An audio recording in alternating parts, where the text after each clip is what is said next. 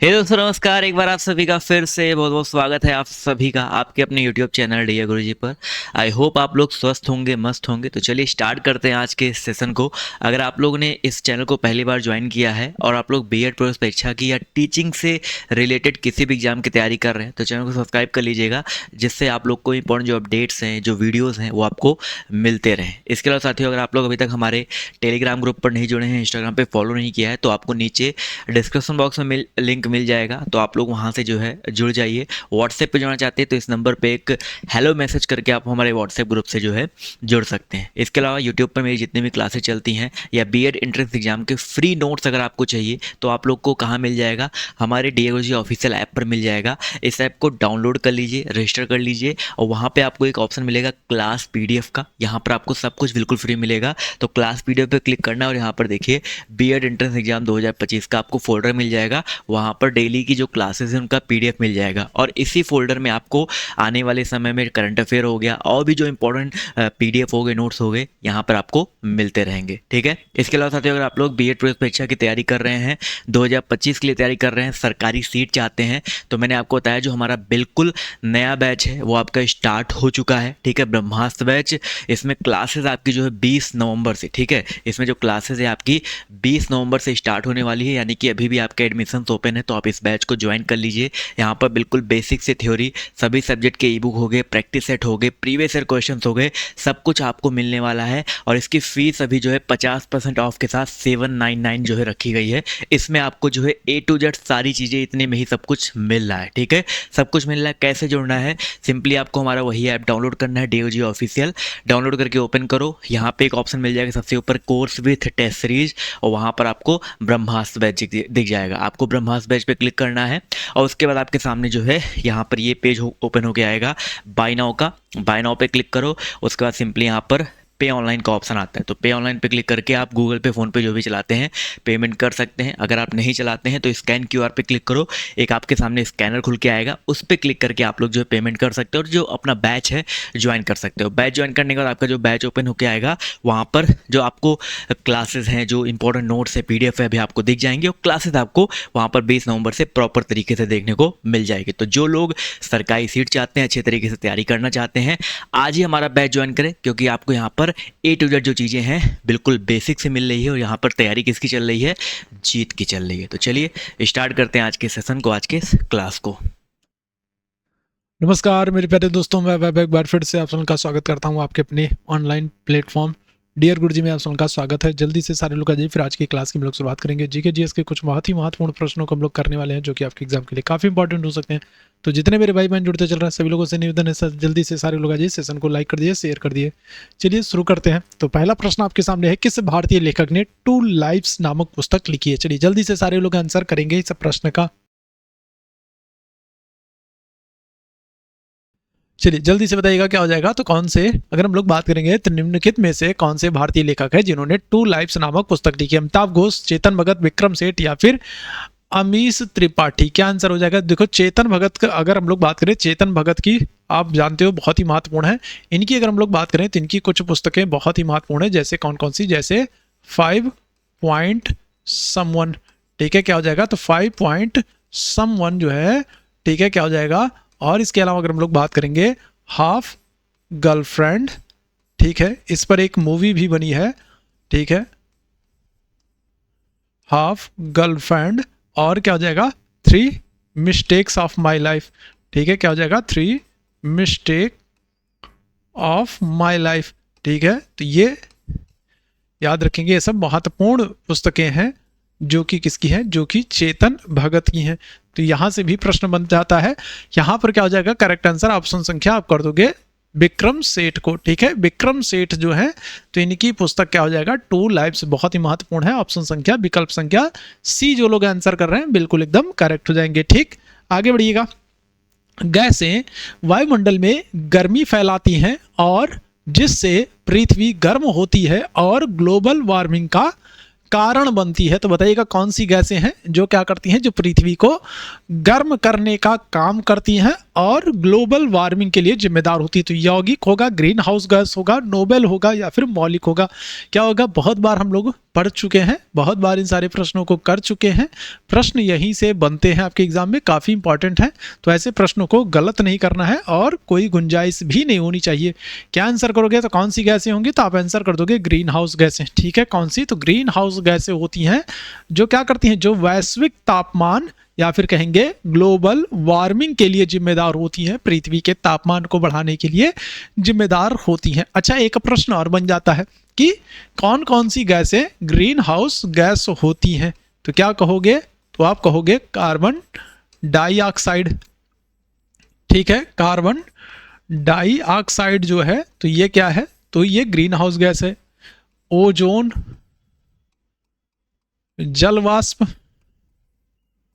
जलवाष्प, मीथेन, ठीक है, मीथेन और नाइट्रस ऑक्साइड, याद रखेंगे कौन, तो नाइट्रस ऑक्साइड। तो ये जो गैसें हैं तो ये क्या हो रही हैं, तो ये ग्लोबल वार्मिंग के लिए जिम्मेदार हैं, याद रखेंगे। ये सारी गैसें कैसी होती हैं, ये सारी गैसें ग्रीन हाउस गैसें। तो कई बार आपसे प्रश्न ये भी पूछा जा चुका है, 4 ऑप्शन दे करके आपसे पूछ लिया गया है कि कौन सी गैस ग्रीन हाउस गैस है, कौन सी नहीं है। तो ऐसे प्रश्नों को भी ध्यान रखिएगा। तो ग्लोबल वार्मिंग के लिए, वैश्विक तापमान के वृद्धि के लिए ग्रीन हाउस गैस जिम्मेदार होती है और ये सारी क्या है, ग्रीन हाउस गैस हैं। ठीक, आगे बढ़ेंगे, अगले प्रश्न का आंसर करिएगा। अगले प्रश्न की तरफ, साहित्य के नोबेल पुरस्कार प्राप्त करने वाले पहले चीनी व्यक्ति आपसे पूछ रहा है, चीन के व्यक्ति कौन है, बताना क्या हो जाएगा। तो साहित्य के अगर हम लोग बात करेंगे नोबेल पुरस्कार, देखो जो नोबेल पुरस्कार है, तो नोबेल पुरस्कारों की अगर हम लोग बात करें तो ये 1901 से प्रदान किया जा रहा है। कब से, तो 1901 से प्रदान किया जा रहा है। नोबेल पुरस्कारों को किसकी स्मृति में, किसकी याद में दिया जाता है, तो आप आंसर करोगे किसके, अल्फ्रेड नोबेल की स्मृति में।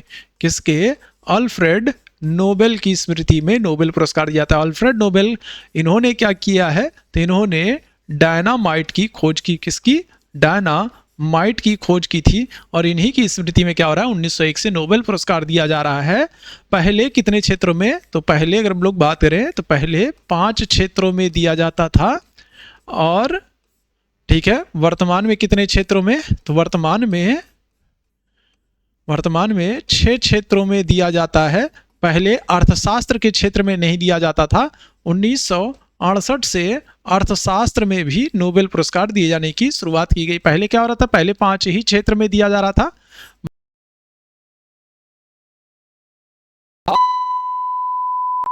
तो टोटल 6 क्षेत्रों में। अगर आपसे पहले एशियाई पूछा जाए तो आप आंसर क्या करोगे, अगर आपसे पूछा जाए पहले एशियाई व्यक्ति कौन है जो नोबेल पुरस्कार प्राप्त किए, तो आप आंसर करोगे रविंद्रनाथ टैगोर को। ठीक है, किसको, तो आप आंसर करोगे रविंद्रनाथ टैगोर को पहले एशियाई व्यक्ति हैं जिन्होंने नोबेल पुरस्कार प्राप्त किया। अगर आपसे क्या कर ले, पहले भारतीय, अगर आपसे पूछा जाए पहले भारतीय व्यक्ति कौन है, तो भी आपका आंसर क्या होगा, रविन्द्रनाथ टैगोर है। अगर आपसे पहले भारतीय वैज्ञानिक पूछ ले, पहले भारतीय वैज्ञानिक कौन है जिन्होंने नोबेल पुरस्कार प्राप्त किया, तो आप आंसर करोगे सीवी रमन है। अगर आपसे पूछ ले पहले भारतीय क्या कर ले, अर्थशास्त्री पूछ ले, पहले भारतीय अर्थशास्त्री पूछ ले कौन है जिन्होंने नोबेल पुरस्कार प्राप्त किया, तो आप आंसर करोगे अमर्त्य सेन है। ठीक है, कौन है, अमर्त्य सेन है। ठीक है, सीवी रमन 1930 में नोबेल पुरस्कार प्राप्त करेंगे और अमर्त्य सेन 1998 में नोबेल पुरस्कार प्राप्त करेंगे। अगर आपसे पूछ ले पहली क्या कर ले, भारतीय महिला पूछ ले, पहली भारतीय महिला कौन है जो नोबेल पुरस्कार प्राप्त कर रही हैं, तो आप आंसर करोगे किसको, मदर टेरेसा पहली भारतीय महिला हैं जो नोबेल पुरस्कार प्राप्त कर रही हैं। कब, 1979 में। कब, 1989 में, याद रखेंगे 1979 में। यहाँ पर पहले चीनी व्यक्ति कौन हो जाएंगे, मो यान हो जाएंगे। कौन हो जाएंगे, मो यान पहले चीनी व्यक्ति हैं जो नोबेल पुरस्कार प्राप्त कर रहे हैं। ऑप्शन संख्या डी आंसर करिएगा। आगे बढ़ेंगे अगले प्रश्न की तरफ। बिहार को बंगाल प्रेसिडेंसी से पृथक करके, ठीक है, पृथक किए जाने के उपलक्ष्य में बिहार दिवस प्रतिवर्ष मनाया था, बताइएगा। तो बिहार अगर हम लोग पहले बात करें तो क्या हो रहा है, देखो ध्यान से समझो। पहले बंगाल ठीक है, और क्या हो रहा है, बिहार, और क्या हो रहा है, और उड़ीसा। ठीक है, तो पहले ये क्या थे, ये तीनों एक में थे। पहले बंगाल, बिहार, उड़ीसा, ये तीनों क्षेत्र मिलाकर एक क्षेत्र बनता था जो काफ़ी बड़ा था, जनसंख्या बाहुल्य क्षेत्र था। फिर क्या होता है, तो बिहार को अलग कर दिया जाता है और बंगाल, उड़ीसा बसते हैं। बिहार को अलग कर दिया जाता है, तो कब अलग किया जाता है, तो 1912 में अलग किया जाएगा। ध्यान रखेंगे कब, तो 1912 में बिहार को अलग किया जाएगा, और 22 मार्च को, ठीक है, कब, तो 22 मार्च 1912 को क्या हो रहा है, बिहार को अलग किया जाएगा। और इसीलिए 22 मार्च को क्या करते हैं, तो बिहार स्थापना दिवस मनाते हैं। ऑप्शन संख्या क्या करोगे, तो आप ए आंसर कर दोगे। ठीक, बाद में क्या हो जाएगा, बाद में बंगाल से उड़ीसा को अलग कर दिया जाएगा। कब, 1935 में। 1935 के एक्ट से क्या हो रहा है, 1935 के एक्ट से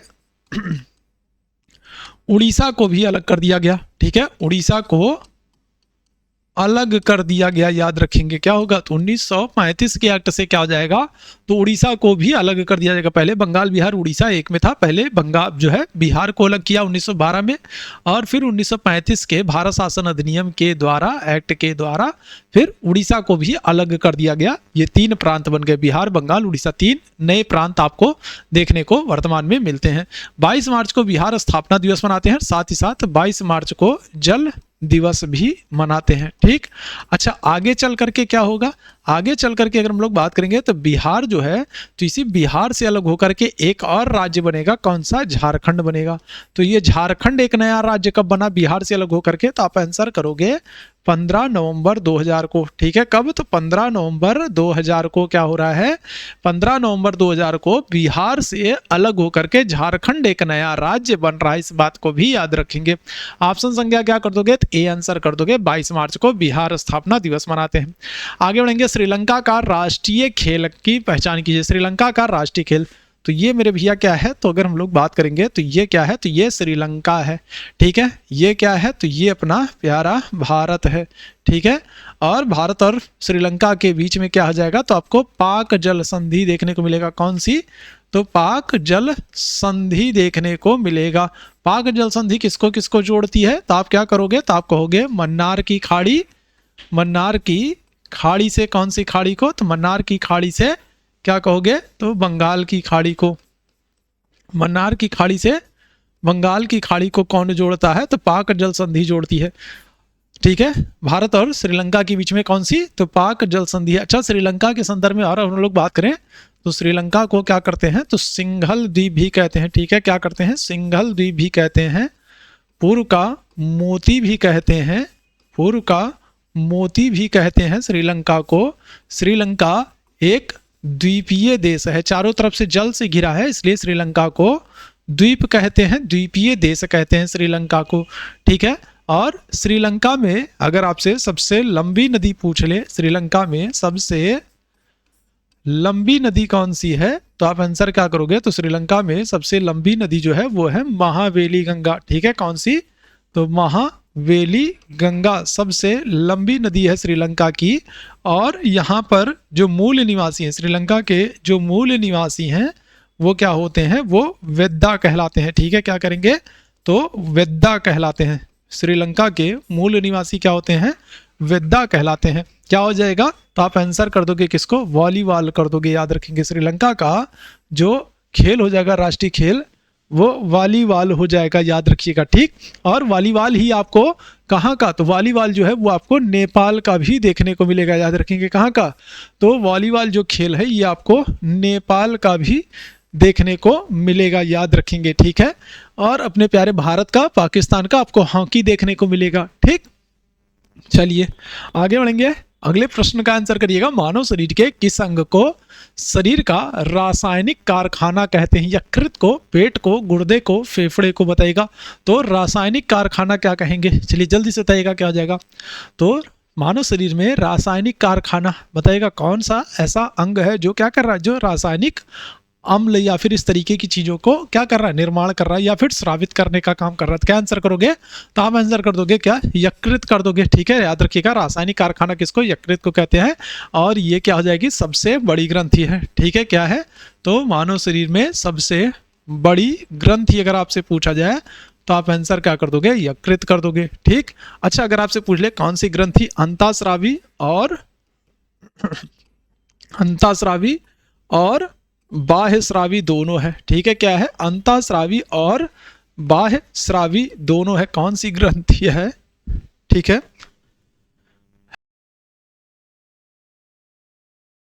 सी ग्रंथि है जो अंतःस्रावी और बाह्य स्रावी दोनों है। तो आप आंसर क्या कर दोगे, आप आंसर कर दोगे अग्न्याशय।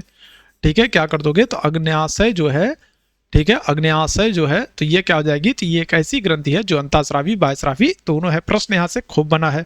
आगे बढ़ेंगे अगले प्रश्न की तरफ। अगले प्रश्न का आंसर करिएगा। एक ऐसा बाजार जिसमें तैयार माल या सेवा खरीदी और बेची जाती है उसको क्या कहते हैं, बताइएगा। एक ऐसा सिस्टम या बाजार या ऐसी व्यवस्था जहां पर हम क्या कर रहे हैं, अपनी चीज़ों को, अपने सामान को बेच भी रहे हैं और खरीद भी रहे हैं, तो उसको हम लोग क्या कहेंगे, इक्विटी बाजार कहेंगे, फैक्टर बाजार कहेंगे, कमोडिटी बाजार कहेंगे, या फिर प्रोडक्ट बाजार कहेंगे। क्या कहेंगे, तो हम लोग कहेंगे प्रोडक्ट बाजार। ऑप्शन संख्या क्या आ जाएगा, डी आंसर कर दीजिएगा, प्रोजेक्ट बाजार। ठीक है, प्रोडक्ट बाजार कहेंगे जहां पर चीजों को हम लोग खरीद रहे हैं और बेच रहे हैं। ऑप्शन संख्या डी आंसर कर दीजिएगा। ठीक, आगे बढ़िएगा। अफीम युद्ध अंग्रेजों और किसके बीच में लड़ा गया है, तो बताइएगा। तो अंग्रेजों और किसके बीच में, तो चीन, भूटान, म्यांमार या फिर अफगानिस्तान, क्या हो जाएगा। तो आपको पता है कि जो चीन वाला जो क्षेत्र है, यहां पर क्या हो रहा था, तो चीन वाले क्षेत्र में अफीम की खेती बड़े पैमाने पर की जा रही थी और चीनी लोग इसका क्या कर रहे थे, विरोध कर रहे थे। और इसी चीज को लेकर के क्या हो जाएगा, अफीम युद्ध होगा। ठीक है, किसके बीच में, अंग्रेजों और चीनियों के बीच में, याद रखेंगे। ठीक है, चीन के। ठीक है, तो अफीम का युद्ध जो है वो अंग्रेज और चीन के बीच में हुआ है। चीन की अगर हम लोग बात करें तो राजधानी आपको क्या हो जाएगा, तो राजधानी आपको चीन की देखने को मिलेगा बीजिंग। ठीक है, क्या देखने को मिलेगा, बीजिंग देखने को मिलेगा। मुद्रा क्या हो जाएगी यहाँ की, तो मुद्रा यहाँ की रेन मिम्बी हो जाएगा। ठीक है, क्या हो जाएगा, तो रेन मिम्बी। ठीक है, रेन मिम्बी यहाँ की मुद्रा देखने को मिलेगा। ठीक, खेल क्या हो जाएगा, चीन का खेल क्या हो जाएगा, तो आप कहोगे टेबल टेनिस है। चीन का खेल क्या है, टेबल टेनिस है। संसद अगर हम लोग बात करें तो क्या करोगे, तो नेशनल पीपुल्स कांग्रेस। ठीक है, क्या करोगे, नेशनल पीपुल्स कांग्रेस, है ना। ठीक है, और क्या हो जाएगा, नेशनल पीपुल्स कांग्रेस नहीं होना चाहिए, काउंसिल होना चाहिए। ठीक है, कांग्रेस नहीं, काउंसिल होना चाहिए। ठीक है, नेशनल पीपुल्स काउंसिल। ठीक है, नेशनल पीपुल्स काउंसिल। ठीक, ये संसद हो जाएगी। खेल हो गया, ठीक है, मुद्रा हो गया, राजधानी हो गया। चीन में अगर हम लोग बात करें तो एक शहर आपको देखने को मिलेगा संघाई, और संघाई को क्या करते हैं, तो चीन का मानचेस्टर कहते हैं। ठीक है, क्या करते हैं, तो चीन का मानचेस्टर कहते हैं। भारत और चीन के बीच में अगर हम लोग बात करें तो भारत और चीन के बीच में आपको क्या क्या देखने को मिलेगा, तो भारत और चीन के बीच में आपको LAC line of actual control आपको देखने को मिलेगा। और क्या हो जाएगा, और आपको मैकमोहन रेखा देखने को मिलेगा। कौन सी, तो मैकमोहन रेखा देखने को मिलेगा। और लाइन ऑफ एक्चुअल कंट्रोल आपको भारत चीन के बीच में देखने को मिलेगा, याद रखेंगे। ठीक है, और भारत और चीन के बीच में अगर हम लोग बात करें, ठीक है, तो क्या हो रहा है, तो हैंड इन हैंड अभ्यास होता है। कौन सा, हैंड इन हैंड अभ्यास किसके किसके बीच में होता है, तो भारत और चीन के बीच में होता है। हैंड इन हैंड अभ्यास भारत और चीन के बीच में होता है। ठीक, आगे बढ़िएगा। सर थॉमस रो या थॉमस रो इंग्लैंड के राजा के राजदूत के रूप में मुगल शासक के दरबार में पहुंचा था। तो किस राजा के समय में, किस मुगल बादशाह के समय में ये भारत आता है, सर थॉमस रो। ये आपसे बताएंगे क्या होगा सभी भाई मेरे पर, जल्दी से बताइएगा क्या हो जाएगा। तो सबसे पहले आपको पता होना चाहिए थॉमस रो आ कब रहे हैं, तो आप आंसर क्या करोगे, आप कहोगे 1615 में। ठीक है, कब आ रहे हैं, तो 1615 में थॉमस रो आ रहे हैं। और 1615 में कौन सा मुगल बादशाह होगा, चलिए देख लेते हैं। अगर हम लोग अकबर की बात करें, अकबर का समय क्या है, तो 1556 से लेकर के क्या है, 1605 का समय है अकबर का। ठीक। शाहजहां की अगर हम लोग बात करें, शाहजहां का समय है 1628 से लेकर के 1658 का। ठीक है। जहांगीर का जो समय है वो है 1605 से लेकर के 1627 का। हुमायूं की बात करें, हुमायूं का जो समय है वो है 1530 से लेकर के 1540 का और 1555 से लेकर के 1556 का। हुमायूं ने 2 बार में शासन किया था। हुमायूं ने 2 कार्यकाल में क्या किया था? तो हुमायूं ने 2 कार्यकाल में शासन किया था। ठीक है। क्या किया था? हुमायूं ने 2 कार्यकाल में शासन किया था। अब 1615 में अगर आ रहे हैं तो किसके समय में आएंगे? तो क्या आंसर कर दोगे? तो जहांगीर के समय में। ठीक है। कहां पर? तो जहांगीर के समय में ये सर टॉमस रो जो है इंग्लैंड के राजा के राजदूत के रूप में आया था। और याद रखिएगा जहांगीर से इसकी मुलाकात कहां पर होगी? तो अजमेर में। याद रखेंगे कहां पर? तो अजमेर में जहांगीर से क्या किया था? मिला था। ठीक है। अजमेर में मिला था। अजमेर में क्या है? तो अजमेर में ख्वाजा मोइनुद्दीन चिश्ती की दरगाह है। ठीक है। किसकी? ख्वाजा मोइनुद्दीन चिश्ती की क्या है? तो ख्वाजा मोइनुद्दीन चिश्ती की दरगाह है। और यहीं पर कौन? यहीं पर जहांगीर गया था दर्शन करने के लिए। अजमेर में ख्वाजा मोइनुद्दीन चिश्ती की दरगाह और जहांगीर यहीं पर गया था दर्शन करने के लिए। और उसी दौरान क्या होगा? टॉमस रो भी इनके पीछे पीछे पहुंच जाएगा इनसे मिलने के लिए और अजमेर में पहुंचेगा। वहां पर इनसे क्या हो रही है? मुलाकात हो रही है। ठीक है। याद रखेंगे अजमेर में ही अगर हम लोग बात करेंगे तो अजमेर में ही पुष्कर मेला भी लगता है। ठीक है। कौन सा? तो पुष्कर मेला अगर हम लोग बात करेंगे तो ये भी कहां पर लगता है? अजमेर में लगता है। ठीक। आगे बढ़िएगा। नाइट्रस ऑक्साइड के नाम से किसे जानते हैं? बताइएगा कौन सी गैस है जिसको हम लोग नाइट्रस ऑक्साइड के नाम से जानते हैं? सबसे पहली चीज तो ये आपको याद रखना है कि जो नाइट्रस ऑक्साइड है ये क्या है? तो ये एक ग्रीन हाउस गैस है। ठीक है। कैसी है? तो ये एक ग्रीन हाउस गैस है। नाइट्रस ऑक्साइड की बात करेंगे तो ये एक ग्रीन हाउस गैस है। और क्या हो जाएगा? ये ग्लोबल वार्मिंग के लिए जिम्मेदार होती है। और नाइट्रस ऑक्साइड को और हम लोग क्या कहते हैं? तो लाफिंग गैस भी कहते हैं। ठीक है। क्या करते हैं? हास्य गैस भी कहते हैं। ठीक है। क्या करते हैं? तो हास्य गैस भी कहते हैं। नाइट्रस ऑक्साइड को लाफिंग गैस भी कहते हैं। ग्रीन हाउस गैस है। ऑप्शन संख्या क्या हो जाएगा? ए बिल्कुल एकदम करेक्ट हो जाएगा। ठीक। आगे बढ़िएगा अगले प्रश्न का। पाकिस्तान की सबसे लंबी नदी कौन सी है जो मानसरोवर झील से निकलती है? तो सिंधु, काबुल, सतलज, चिनाब। क्या आंसर करोगे? तो सबसे लंबी नदी कौन सी हो जाएगी? बताइएगा। ऑप्शन देख करके ही बता सकते हो आप लोग। क्या आंसर कर दोगे? तो करेक्ट आंसर क्या हो जाएगा? तो सिंधु नदी। कौन सी? तो ऑप्शन संख्या क्या कर दोगे? तो सिंधु नदी जो है ये क्या हो रहा है? ये मानसरोवर झील से निकलती है। और ठीक है पाकिस्तान की सबसे लंबी नदी है। और सिंधु नदी के किनारे पाकिस्तान का कराची शहर है। ठीक है। कौन सा? तो पाकिस्तान का कराची शहर जो है वो सिंधु नदी के किनारे है। और क्या हो जाएगा? तो बंदरगाह नगर है। ठीक है। क्या है? तो बंदरगाह नगर है। याद रखेंगे। ठीक है। जो ये सिंधु है अगर हम लोग बात करें तो सिंधु नदी के किनारे, सिंधु नदी की अगर हम लोग बात करेंगे तो ध्यान रखिएगा तो सिंधु नदी के किनारे कराची शहर है जो कि क्या है? एक बंदरगाह नगर है। और पाकिस्तान की सबसे लंबी नदी कौन सी हो जाएगी? सिंधु नदी हो जाएगी। ऑप्शन संख्या क्या कर दोगे? तो ए आंसर कर दीजिएगा। ठीक। चलिए आगे बढ़ेंगे अगले प्रश्न की तरफ। अगले प्रश्न का आंसर करिएगा। ठीक है। ब्रिटिश ईस्ट इंडिया कंपनी ने पुर्तगालियों को किस युद्ध में हराया था? ठीक है। तो देखो 3 कंपनी, देखो भारत में अगर हम लोग बात करें तो भारत में कौन कौन आ रहा है? सबसे पहले पुर्तगाली लोग आ रहे हैं। सबसे पहले पुर्तगाली लोग आ रहे हैं। फिर इनके बाद कौन आ रहा है? तो इनके बाद डच लोग आ रहे हैं। डचों के बाद अगर हम लोग बात करेंगे कौन आ रहे हैं? अंग्रेज आ रहे हैं। अंग्रेजों के बाद अगर हम लोग बात करेंगे तो कौन? फ्रांसीसी लोग आ रहे हैं। ठीक है। तो ये तो आने का क्रम है। याद रखेंगे। ठीक। अच्छा अब यहां पर अगर आपसे पूछा जाए कि अंग्रेजों ने क्या किया? अंग्रेजों ने डचों को किस युद्ध में हराया? अगर आपसे पूछा जाए डचों को, तो डचों को 1759 में वेदरा के युद्ध में। ठीक है। किसमें? तो वेदरा के युद्ध में। तो अंग्रेजों ने क्या किया? 1759 में वेदरा के युद्ध में डचों को हराया। ठीक। अगर आपसे पूछा जाए अंग्रेजों ने फ्रांसीसियों को, अंग्रेजों ने फ्रांसीसियों को अगर आपसे पूछा जाए तो फ्रांसीसियों को कर्नाटक युद्ध में, ठीक है, कौन से, तो कर्नाटक युद्ध में अंग्रेजों ने फ्रांसीसियों को अगर आपसे पूछा जाए तो कौन से युद्ध में, कर्नाटक युद्ध में। याद रखिएगा 3 कर्नाटक युद्ध हुए थे ना। पहला वाला कब होगा, पहला होगा 1746 से 48 में, दूसरा होगा 1749 से 54 में, और तीसरा कब होगा, तीसरा होगा 1756 से 63 में।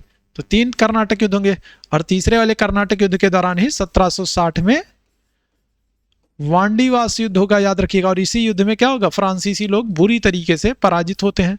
इसी तरीके से अगर आपसे पूछा जाए अंग्रेजों ने पुर्तगालियों को किस युद्ध में हराया, तो आप आंसर करोगे स्वाली के युद्ध में 1612 में। ठीक है, क्या हो रहा है, तो 1612 में अगर हम लोग बात करेंगे स्वाली का युद्ध होगा, जिसमें अंग्रेज क्या करेंगे, पुर्तगालियों को पराजित करते हैं। प्लासी का युद्ध आपको पता है 1757 में प्लासी का युद्ध होगा, और बक्सर का युद्ध 1764 में होगा। ठीक, आगे बढ़िएगा, अगले प्रश्न का आंसर करिएगा। टीपू सुल्तान और ब्रिटिश ईस्ट इंडिया कंपनी ने मंगलौर की संधि पर किस वर्ष हस्ताक्षर किया था? चलो जल्दी से बताइएगा क्या हो जाएगा, मंगलौर की संधि पर कब हस्ताक्षर किया था? चलो जल्दी से बताना क्या हो जाएगा, टीपू सुल्तान और ईस्ट इंडिया कंपनी ने। बताओ जल्दी से सारे लोग आंसर करना, क्या हो जाएगा इस प्रश्न का आंसर, क्या आंसर करोगे? तो देखो टीपू सुल्तान और अंग्रेजों के बीच में कौन से युद्ध हो रहे हैं, तो आंग्ल मैसूर युद्ध होंगे। ठीक है, कौन से, तो आंग्ल मैसूर युद्ध होंगे।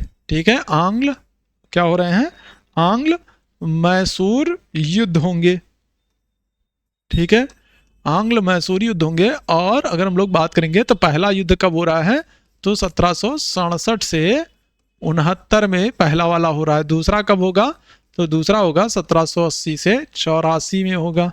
तीसरा जो होगा वो होगा 1790 से 92 में, और चौथा जो युद्ध होगा वो होगा लास्ट है 1799 में। ठीक, तो यहाँ पर जो दूसरा वाला युद्ध हो रहा है 1780 से 84 वाला, तो 84 में क्या हो रहा है, तो मंगलौर की संधि होगी किसके बीच में, तो याद रखेंगे अंग्रेजों और टीपू सुल्तान के बीच में।